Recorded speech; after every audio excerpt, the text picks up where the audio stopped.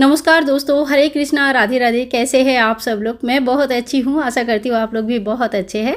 आज की वीडियो बहुत खास है। चल रहा है पितृपक्ष। पितृपक्ष के समय हम लोगों ने पूजा कैसे करनी है, दहलीज का, और कैसे करेंगे, कितने बजे करेंगे, तो चलिए आज की वीडियो शुरू करती हूँ। तो सबसे पहले हमने यहाँ पे काला तिल ले लिया है, थोड़ा सा फूल, थोड़ा सा जल, आटा ले लिया है और लिपने के लिए लाल मिट्टी यानी कि गेरू ले लिया है।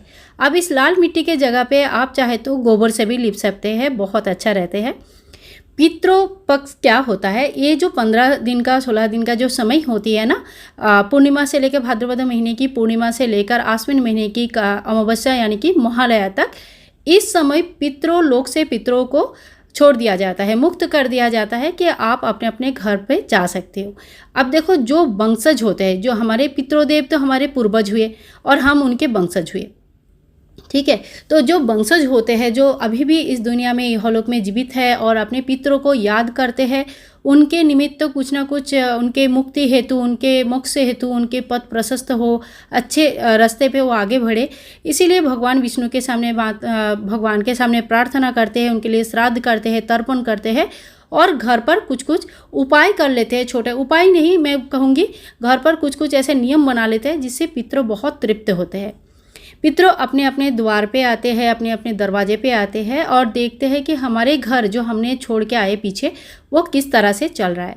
तो अगर आप दहलीज को अच्छी तरह से पूजन करके रखेंगे, अगर आप रात को शाम के समय भगवान के दीप दिया होने के बाद दक्षिण की तरफ खुले आसमान के नीचे एक पितृ के लिए दिया प्रज्वलित करते हैं, तो बहुत तृप्त होते हैं, मन ही मन बहुत खुश होते हैं और इसी खुशी से वो फिर आशीर्वाद करते हैं कि मेरे जो वंशज है उनके लिए भी वो भी प्रार्थना करते हैं कि इनकी रक्षा हो, ये अच्छी तरह से जिए, इनकी कोई प्रॉब्लम ना आए।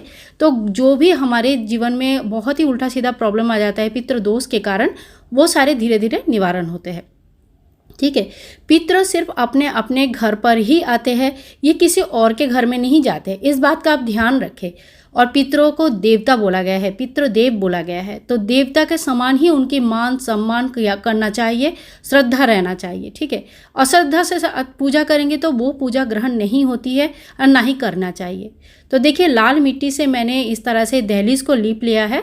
अगर आपके घर के बाहर प्रॉपर तरीके से दहलीज बना हुआ है तो बहुत अच्छा है, नहीं तो अगर आप फ्लैट में रहते हो तो इस तरह से मेन डोर के बाहर जो चौखट है या दहलीज है, उसी पे आपको ये पूजा करनी है। इसके बाद मैं आटे से बना रही हूँ स्वास्तिक। इस पूजा में आटे से ही स्वास्तिक बनाया जाता है। आप चाहे तो अगर आपके यहाँ पे स्वास्तिक नहीं बनाते हैं तो आप रंगोली या छोटा सा फूल भी बना सकते हैं। स्वास्तिक को एकदम कॉर्नर में बनाइए ताकि इसमें बिल्कुल भी किसी का भी, बच्चों का भी पैर ना पड़े। इस बात का बिल्कुल ध्यान रखें कि इसमें पैर नहीं लगनी चाहिए, ठीक है। अब ये जो आटा यूज़ करते हैं, इसमें अगर काला चींटी लगते हैं, काला चींटी आके खा के जाते हैं, तो ये बहुत ही मांगलिक चिन्ह माना जाता है, मंगलजनक माना जाता है। इसका मतलब आपने जो भी श्रद्धा सहकार, जो भी काम किया अपने पितरों के निमित्त, जो भी जितना भी आपसे बन पड़ी आपने किया, वो उन्होंने स्वीकार किया और आपको आशीर्वाद करके गए, ठीक है। और इसके बाद देखिए, थोड़ा सा यहाँ पे मैंने जल छिड़क दिया जब मैंने स्वास्तिक बना लिया उसके बाद। और काला तिल पितरों को बहुत प्रिय होते हैं, तो काला तिल थोड़ा सा आप छिड़क दे। इसके बाद देखिए, जो स्वास्तिक बनता है उसको खाली नहीं छोड़ा जाता है, तो उसके ऊपर फूल रखे। मेरे यहाँ पे माता लक्ष्मी की चरण जो है परमानेंटली मैंने स्टिकर यहाँ पे लगा के रखा है, तो मैं इनकी डेली पूजन करती हूँ। इसमें भी हम फूल लगाएंगे ताकि माता लक्ष्मी भी प्रसन्न रहे, ठीक है। पितृपक्ष में खाली पितरों का या खाली देवताओं का पूजन नहीं होता है, दोनों का ही पूजन होता है। देवी देवताओं का पूजन तो हमेशा ही होता है, लेकिन पितृपक्ष में पितरों को भी तृप्त किया जाता है। इस समय उनको भी याद किया जाता है, उनके प्रति भी श्रद्धा निवेदन किया जाता है कि आप हमारे पूर्वज हो, आपके कारण ही हम इस दुनिया में हैं और आपके आशीर्वाद अगर साथ में रहे तो हमारा सारा काम बन जाएगा, कोई दिक्कत नहीं आएगी। ऐसा मनोभाव लेके पूजा करनी चाहिए, मन में कोई शंका रख के या मन में कोई दुविधा रख के पूजन नहीं करनी चाहिए। और पितृपक्ष में एक बड़ा आपको बता देती हूँ कि अपने अपने घर का नियम बहुत महत्व रखता है। पितरों आपके पूर्वज है, आपके घर के नियम के हिसाब से ही वो पूजा ग्रहण करेंगे। तो आपके घर में जो भी नियम है, चाहे गोबर से लिपते हैं, चाहे रंगोली लगाते हैं, चाहे लाल मिट्टी से लिपते हैं, जो भी नियम है आपके घर का, कोशिश करें अपने घर का नियम ही कंटिन्यू करें, ठीक है। तो देखिए इसी तरह से हमें जो है ना पूजन करनी है। काले तिल भी मैंने इसमें थोड़ा सा छिड़क दिया है।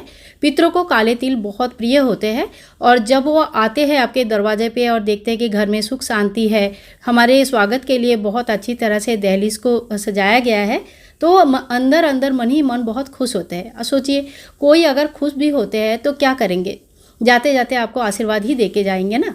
और पितृपक्ष के शुरू के दिन, प्रतिपदा के दिन, पूर्णिमा के समय से पितरों आते हैं अपने घर पर और पितृपक्ष खत्म होते होते ही उनको वापस भी जाना पड़ता है, तो वो धीरे धीरे वापस चले जाते हैं। वापस जाते जाते जब भी तृप्त होकर जाते हैं तो आशीर्वाद देते हुए जाते हैं। इससे आपका घर का बरकत रहता है, घर में मंगल कार्य होता है, कोई भी बाधा विघ्न नहीं आता है। जो भी बाधा विघ्न आएंगे पितृ उनसे आपको बचाते हैं, निवारण करते हैं। ठीक है, देवी देवताओं का पूजन के साथ साथ पितरों को तृप्त रखना, पितरों के निमित्त दीपदान श्राद्ध तर्पण करना बहुत अच्छा माना गया है। शास्त्रों में भी बोला गया है। ठीक है, शास्त्रों में भी बोला गया है कि अपनी पितरों का हमेशा ही उनको सम्मान करें, उनका तर्पण करें, उनका मोक्ष पाए, वो इसके लिए व्यवस्था करें। तो देखिए इसी तरह से हमें जो है ना पितृपक्ष में प्रतिदिन सुबेरे दहलीज पूजन करनी है। अगर आप दिया जला रहे हैं तो आपको स्नान करके दिया जलानी है। अगर आप दिया नहीं जलाते हैं तो बिना नहा के भी आप इस पूजा को, मतलब दहलीज साफ सफाई करके इस तरह से स्वास्तिक बना के इसे कर सकते हैं। तो आशा करती हूँ आज के वीडियो आप लोगों को बहुत अच्छा लगा होगा। दोस्तों अगर आप लोगों को मेरी वीडियोस पसंद आती है तो प्लीज़ एक लाइक करें, शेयर करें और चैनल को सब्सक्राइब करके रखना बिल्कुल भी ना भूलें। मिलते हैं नेक्स्ट वीडियो में, तब तक के लिए सभी लोगों को Hare Krishna, Radhe Radhe, bye bye and take care.